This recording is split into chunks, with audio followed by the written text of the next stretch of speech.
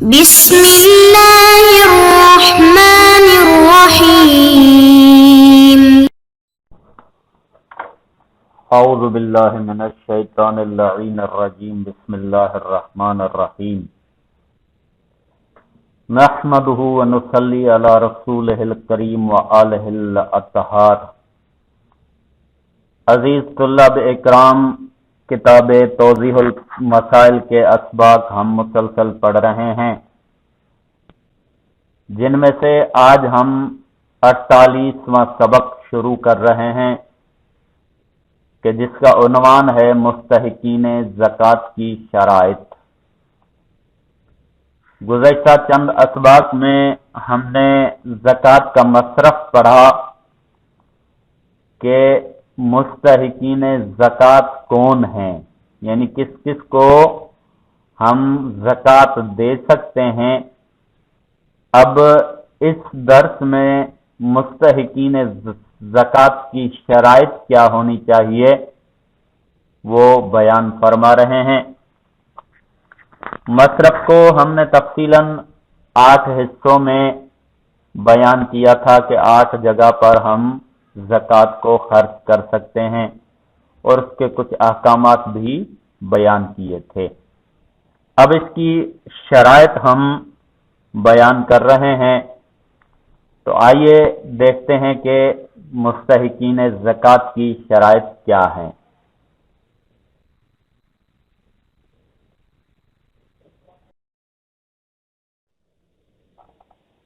مسئلہ نمبر 1906، مستحقین زکوٰۃ کی شرائط، کہ جو مثلاً مصارف ہم بتا کر آئے تھے، 8 مصارف، کہ فقیر ہو، مسکین ہو، ابن سبیل ہو یا کسی کے فائدے کے لیے، یہ ساری 8 مصارف جو ہیں وہ مستحقین ہیں۔ اب ان کی شرط کیا ہے کہ وہ مستحقین کیسے ہونے چاہیے؟ تو کہہ رہے ہیں کہ مالک جس شخص کو اپنی زکوٰۃ دینا چاہتا ہو، ضروری ہے کہ وہ شیعہ اثنا عشری ہو، یعنی جس کو مالک زکوٰۃ دینا چاہے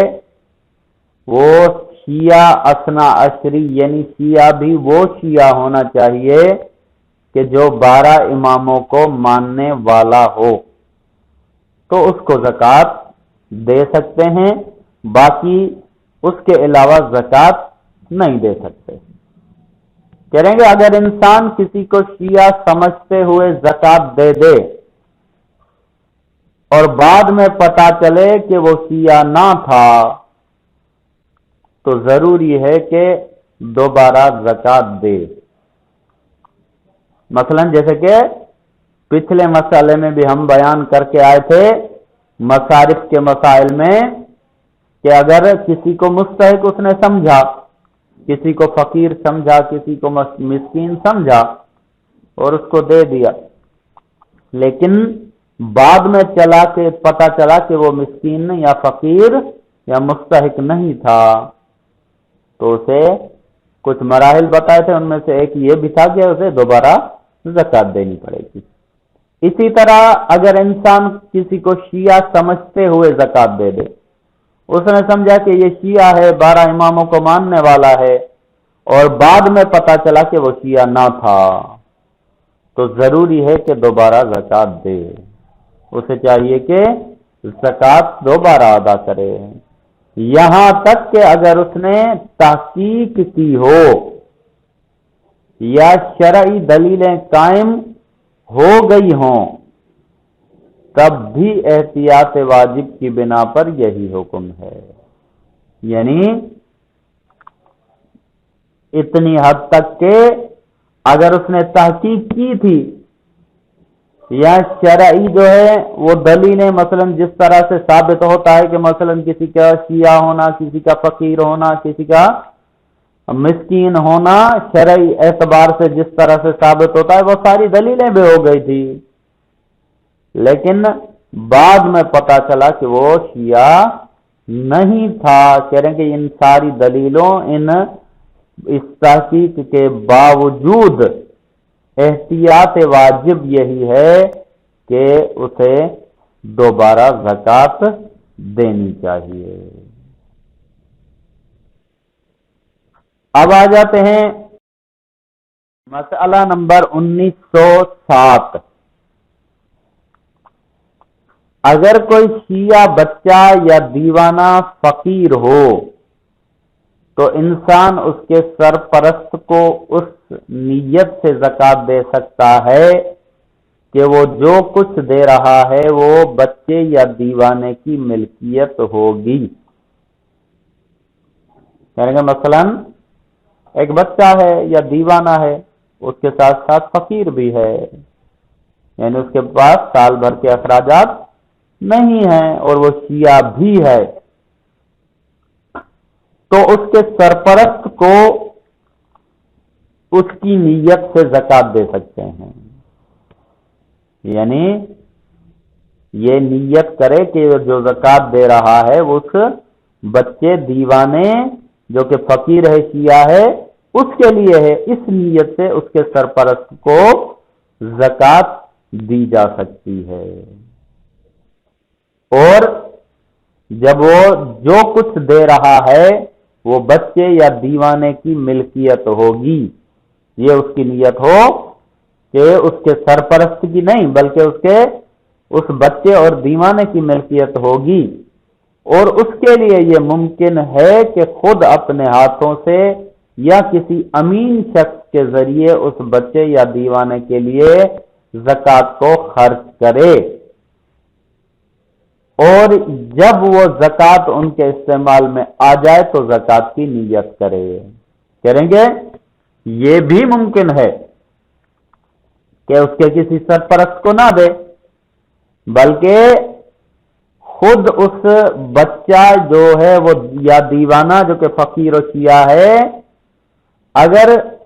خود اپنے ہاتھوں سے یا کسی امین شخص کو مقرر کرے، وہ زکوٰۃ اس پر بچے یا دیوانے پر خرچ کرے تو یہ بھی ممکن ہے، اس طرح بھی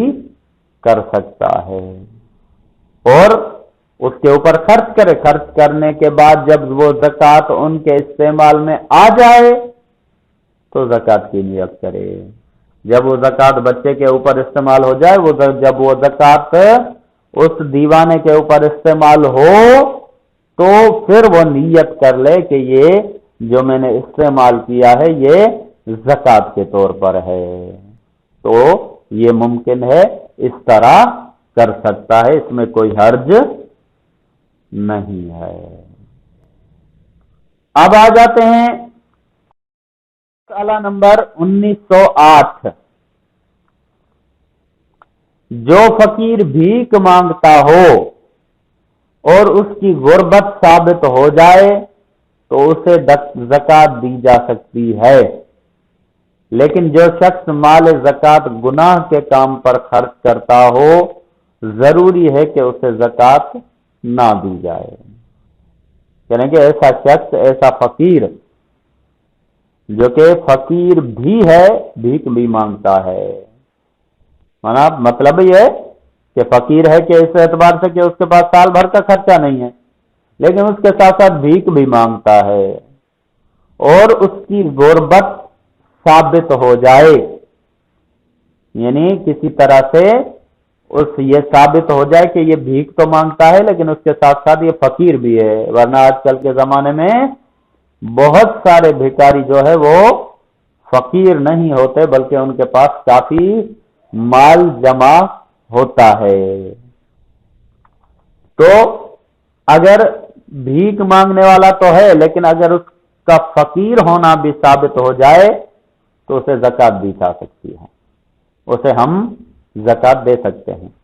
لیکن جو شخص مال زکوٰۃ گناہ کے کام پر خرچ کرتا ہو ضروری ہے کہ اسے زکوٰۃ نہ دی جائے۔ اگر ایسا شخص جو کہ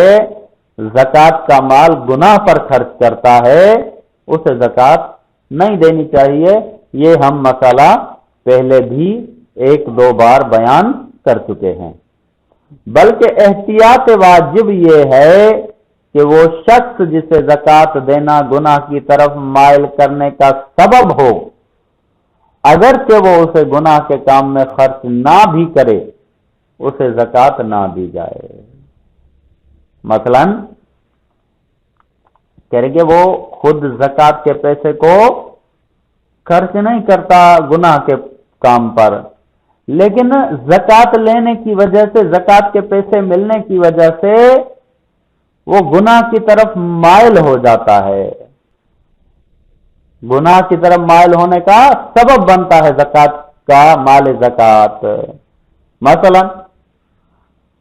مثال لے لیتے ہیں کہ ایسا شخص ہے کہ جس کے پاس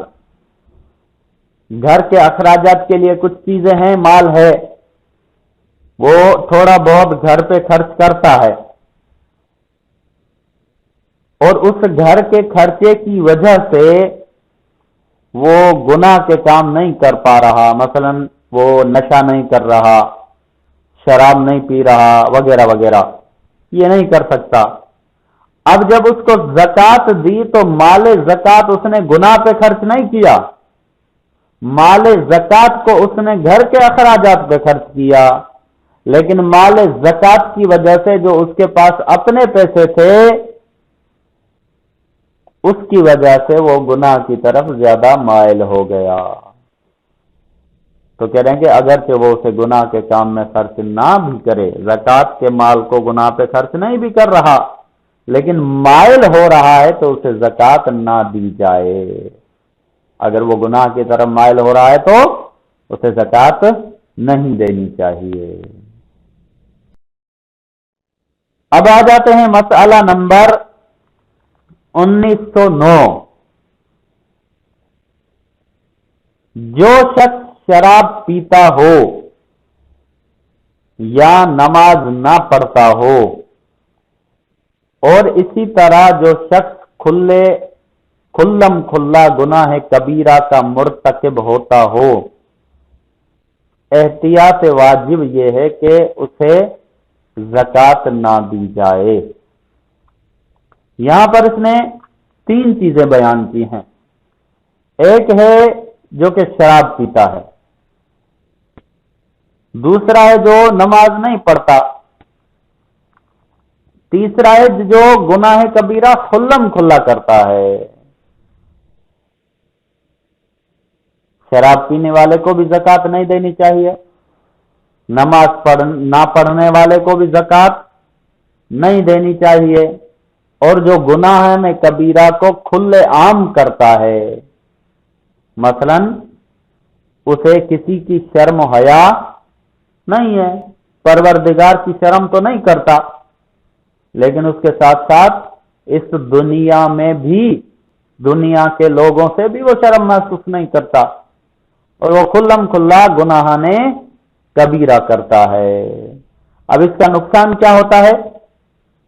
اس کا نقصان یہ ہوتا ہے کہ جو کھلم کھلا گناہ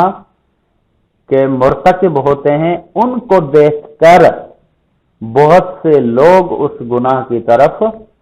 مائل ہونے لگتے ہیں۔ جو گناہوں میں مبتلا نہیں ہوتے وہ بھی اس کی طرف، گناہوں کی طرف مائل ہونے لگتے ہیں۔ اس وجہ سے کھلم کھلا گناہ کرنا چھپ کر گناہ کرنے سے زیادہ مذموم ہے۔ اسے شریعت میں جری کہتے ہیں، جری، کہ اس میں اتنی جرأت آ گئی ہے کہ اب وہ کسی سے نہیں ڈرتا، وہ اب خدا سے تو نہیں ڈرتا لیکن دنیا کے چیزوں سے بھی نہیں ڈرتا۔ حالانکہ فطرت انسان یہ ہے کہ وہ اگرچہ اللہ پر اتنا یقین نہیں رکھتا، اللہ کو موجود نہیں سمجھتا، اور وہ اللہ کو حاضر و ناظر نہیں سمجھتا، لیکن لوگوں کے ڈر سے یہ فطرت ہے انسان میں کہ اگر کہیں پہ کوئی بچہ بھی موجود ہو تو وہ احتیاط کرتا ہے کہ اس کے سامنے میں کوئی غلط کام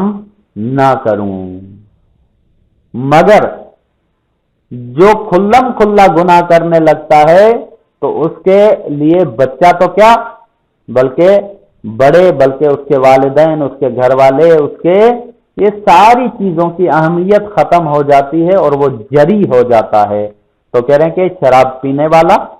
نماز نہ پڑھنے والا اور کھلم کھلا گناہان کبیرہ انجام دینے والا جو ہے اسے زکوٰۃ نہیں دینی چاہیے۔ وصلی اللہ علیہ وآلہ وسلم۔